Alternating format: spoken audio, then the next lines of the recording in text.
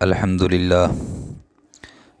للہ وکفا وسلام علی عبادہ الذین اصطفیٰ اما بعد۔ فقہی مسائل کی یہ مجلس ہے، اس میں ایک اہم مسئلے کی جانب توجہ دلانا ہے۔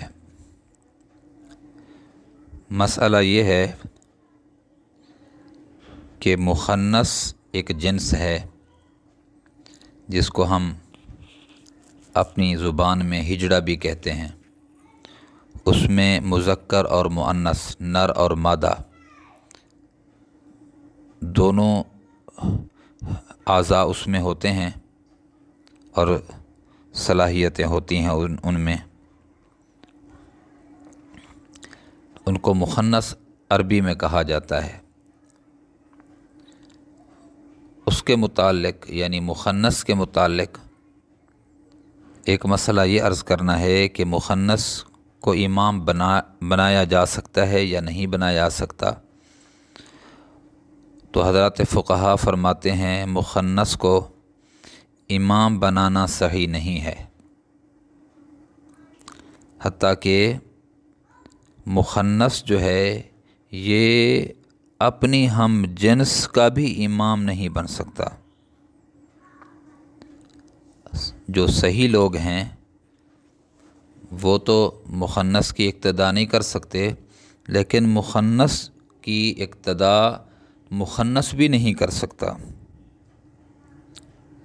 وجہ یہ لکھی ہے کہ ہو سکتا ہے کہ جو امام ہے مخنث وہ عورت ہو اور جو مخنث مقتدی ہے وہ مرد ہو، کیونکہ مخنث میں مردانہ اور زنانہ دونوں اعضاء ہونے کی وجہ سے دونوں کا احتمال ہے۔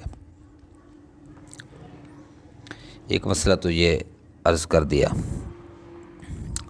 دوسرا مسئلہ یہ عرض کرنا تھا کہ مخنث اگر جماعت میں شامل ہونا چاہے تو کیا اس کو اجازت ہے یا نہیں ہے؟ تو حضرات فقہا فرماتے ہیں مخنث مردوں کی جماعت میں شامل ہو سکتے ہیں، مگر وہ مردوں کی جماعت سے پیچھے کھڑے ہوں، صف ان کی علیحدہ ہوگی، اور ان کے شامل ہونے سے دیگر مسلمانوں کی نماز صحیح ہے۔ ان کی شمولیت جماعت میں نماز کو فاسد نہیں کرتی۔ اور ایک مسئلہ یہ بھی عرض کرنا ہے، آخری مسئلہ، کہ مخنث کی جو صف ہے اس حوالے سے حضرات فقہا فرماتے ہیں کہ جماعت کے دوران مخنثین کے لیے صف میں ایک دوسرے کے ساتھ مل کر کھڑا ہونا جائز نہیں ہے۔ عجیب!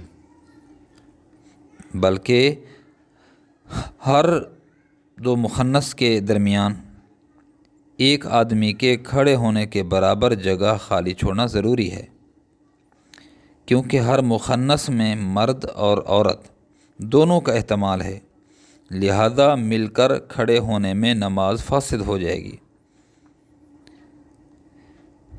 اللہ پاک مجھے آپ کو دینی احکامات پہ عمل کرنے کی توفیق نصیب فرمائے۔ وآخر دعوانا ان الحمد للہ رب العالمین۔